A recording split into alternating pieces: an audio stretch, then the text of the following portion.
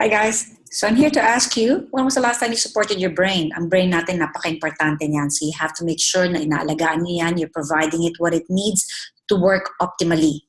Usually, yung question na yan, mahirap sagutin dahil, when we were growing up, hindi tayo tinuruan kung paano natin isusupport ang brain natin. Tinuruan tayo mag-toothbrush, mag-comb ng hair, mag-moisturize ng skin, but never to take care of the brain. So let me tell you kung bakit importante yan. Ang brain natin napaka-importante kasi yan ang central nervous system ng katawan natin. Yan ang boss. Yan ang nagpa-process ng lahat ng ginagawa natin, iniisip natin, and emotions natin. Why is that? Look at how complex ang brain natin. Lahat ng different parts of our brain control different things and different emotions. Itong napakaliit na area na to, the pituitary gland, this one works with the hypothalamus on providing us the stimulus for hunger. So yung mga tao na parati na lang kayong gutom, well, then that's not working properly. You have to make sure that you provide your brain everything that it needs para it can do what it needs to do. Another one is itong right hemisphere. So ang right hemisphere ang nagpo-process ng emotions natin, artistic expression natin. So yung mga nagsasabing, wala akong artistic ability, that's not true. Lahat tayo meron yan. Pero yung ability ng brain niyo to actually do it depends on how healthy it is and how optimally it is able to function. Okay? So ito magandang picture na to because it tells you everything that the different parts of the brain does. Like itong prefrontal cortex, isa pa yan, responsible for abstract analysis, exercise of judgment. Again, parati natin ginagamit yan on a day-to-day basis. Diba? So yung mga iba sa atin, masyadong doubtful, yung iba sa atin, hindi kaya mag-proceed and figure out when it's a good time to talk, when it's a good time to let others talk, or kahit sa pagtawid ng kalye, yung iba sa atin hindi alam kung ano yung dapat na right and wrong way. Usually, kahit nasabihin ng parents natin, ito kailangan mong gawin, ito huwag mong gawin, it takes a while for us to process it. Again, the ability of your brain to process information fast depends on how healthy it is. Okay? Alright, so paano ba ang best way to support the brain? Well, good healthy water. Huwag tap water. Ang tap water natin, napakaraming chlorine at kung ano-anong bagay. Healthy water. Remember, your brain is 80% water. So kung kulang ang water in intake ninyo, you will not be able to provide for what the brain needs. Healthy water, again, alkaline water is the best. Huwag acidic water. Okay, we'll go into that in another video later on. A healthy balanced diet is also important. Hindi pwede sabi mo lang, well, I have breakfast, lunch, and dinner. I eat healthy. Okay, ano ba ang healthy? Make sure you have enough greens and veggies. Make sure you've got enough fruits. Make sure you've got omega-3. You eat fish. The fresher, the more organic the foods, the better. Less canned foods, less processed foods, less junk food. Okay, yung mga prito. When you're cooking food, steam, bake, mas magaganda yung mga ganon. Okay? Nootropics and supplements are important as well. A nootropic is actually a supplement or herb that boosts cognitive function, boosts your memory, boosts your focus, boosts everything that the brain does. So if you don't have enough of that, that's what you have to do. You feed your brain the right foods, but you also feed your brain the right herbs and the right supplements. Okay? Cardiovascular exercises, bakit? Pag nag-exercise tayo, yung circulation natin ng oxygen sa katawan becomes better. Remember, your brain needs oxygen. When you're exercising properly, oxygen goes towards your brain. Okay? Brain exercises, memory work is brain exercises. So kailangan nagme-memorize kayo ng countries, ng flags, like when we were young.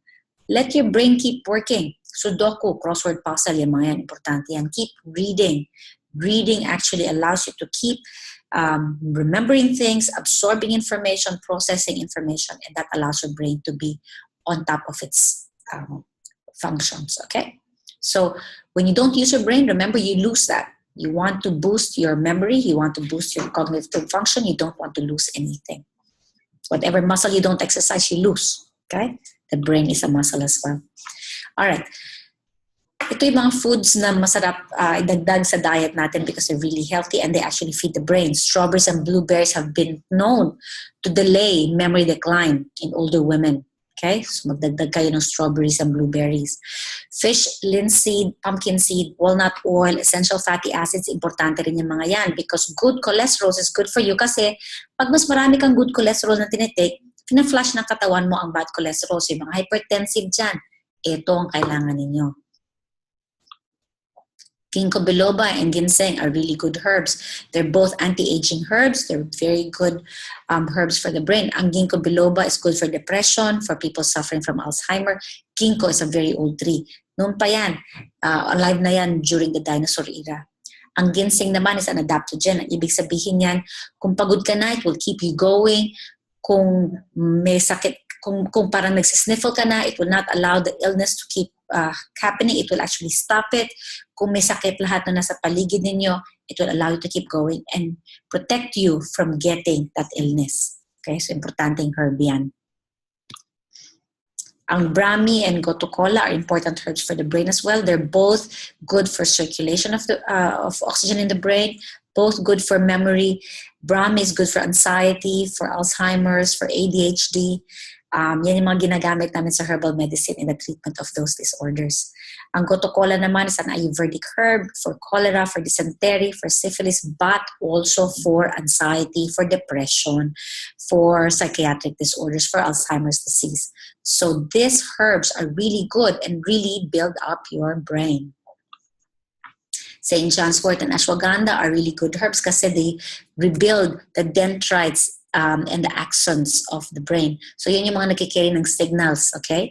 So yun yung may make sure na yung information na pa-process and nasa-send properly to the right organs of the body.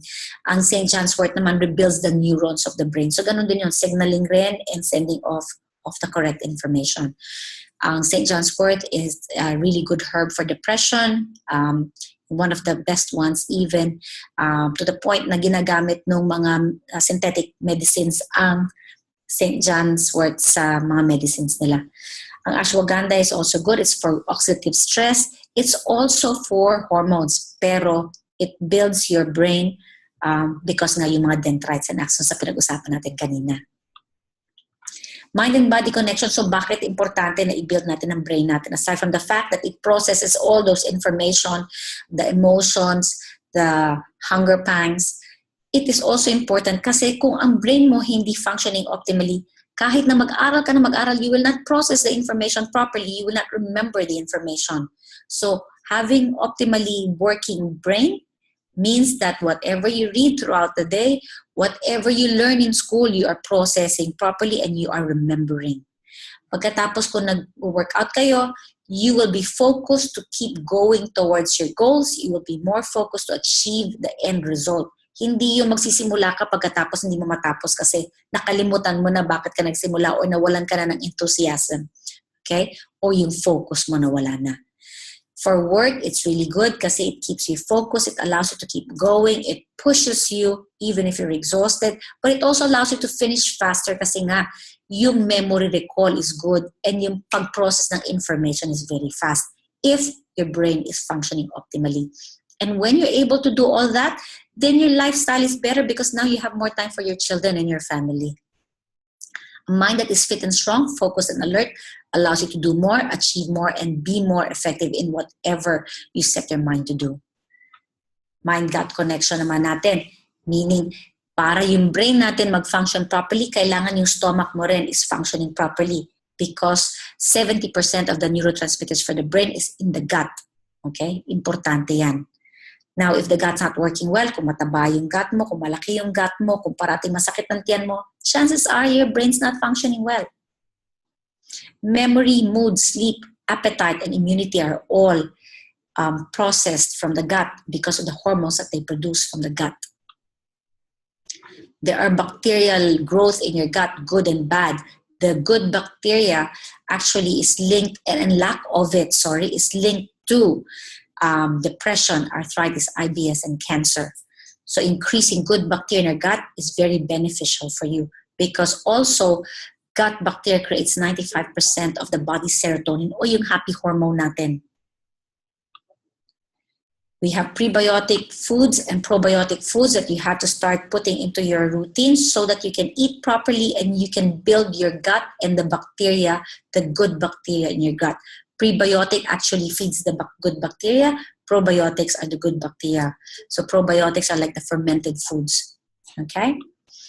Bakit importante ang probiotic? Because there are more than 25% different diseases and syndromes, including Alzheimer's, arteriosclerosis, depression, and rheumatism that have been linked 2, bacterial imbalance. That is a really, really important reason. Oral administration of probiotics has shown to reduce cholesterol levels by as much as 33%. Imagine, yun lang ang kailangan ninyo kung hypertensive kayo.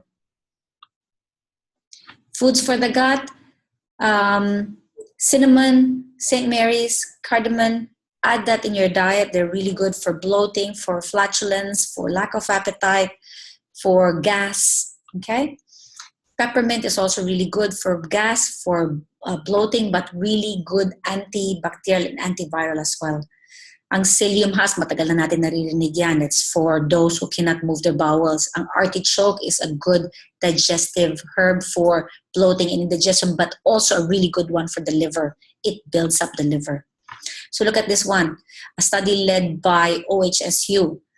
Diets high in vitamins B, C, D, and E and in omega-3 are less likely to have brain shrinkage. So, hindi na babawasan at hindi na mamatay ang brain cells. Instead, na optimize ang brain cells, ang development ng brain cells, so ang brain mo stays the right size and performs optimally. Aren't those good reasons to actually eat properly? Pediatrics, if the children are not fed properly, they develop ADHD. Bakit? My gosh, alam niyo ba kung gaano kasama ang sugar sa katawan? Para siyang addictive sa mga tao. Para siyang drug. Okay? So take that away from your children's diets. Increase your diets in omega-3, increase your diets in folate, in whole foods and vitamins. Para ang brain nila is functioning properly and para they can perform better. Change your brain, change your life. I hope this one helped you guys.